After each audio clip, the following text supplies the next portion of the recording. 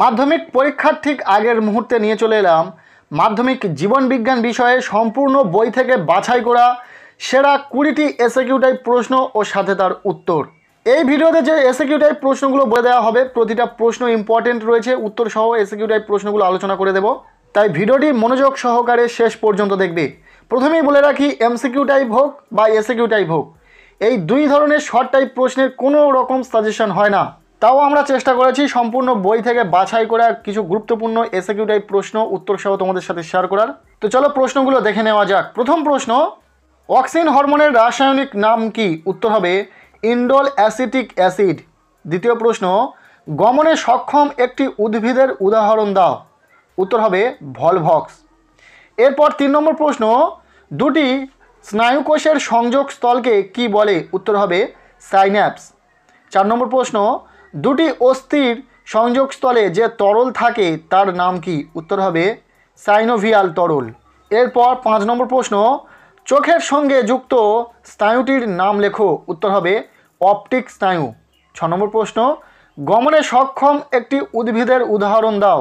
উত্তর হবে ভলভক্স। 7 নম্বর প্রশ্ন, কোন প্রকার কোষ বিভাজনে ক্রোমোজোমের সংখ্যা হ্রাস ঘটে? উত্তর হবে মিওসিস কোষ বিভাজনে।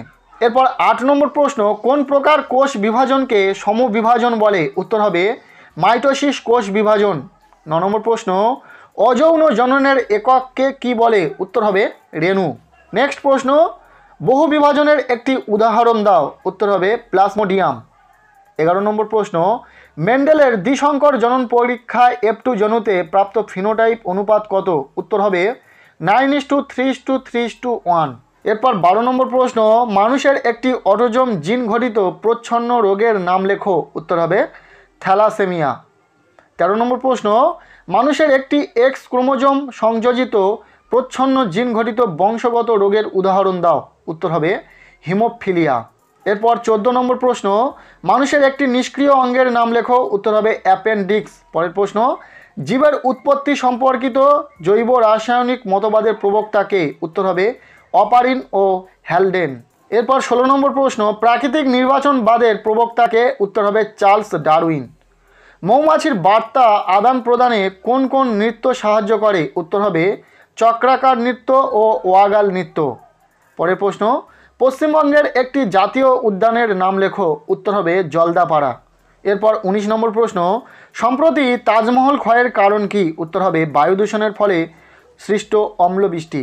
এরপর 20 নম্বর প্রশ্ন, অর্থাৎ এখান থেকে শেষ প্রশ্ন, শব্দদূষণ মাপার একককে কি বলে? উত্তর হবে ডেসিবেল।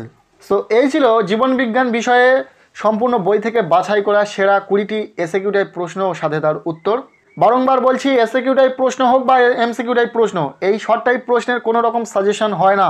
আমরা চেষ্টা করেছি কিছু ইম্পর্টেন্ট প্রশ্ন তোমাদের সাথে শেয়ার করার, কাজেই এই প্রশ্নগুলো তো পড়বে, এর পাশাপাশি আরও অনেক এমসিকিউ বা এসএকিউ টাইপ প্রশ্ন তোমাদেরকে পড়ে যেতে হবে।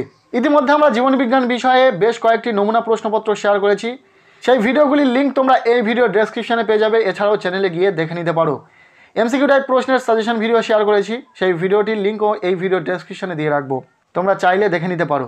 সো আজকের এই ভিডিওটি ব্যাস এতটুকুই। ভালো লেগে থাকলে লাইক করে দাও, চ্যানেলে নতুন হলে চ্যানেলটিকে সাবস্ক্রাইব করে রাখো, আর পারলে ভিডিওটি বন্ধুদের সাথে প্রচুর শেয়ার করে দাও।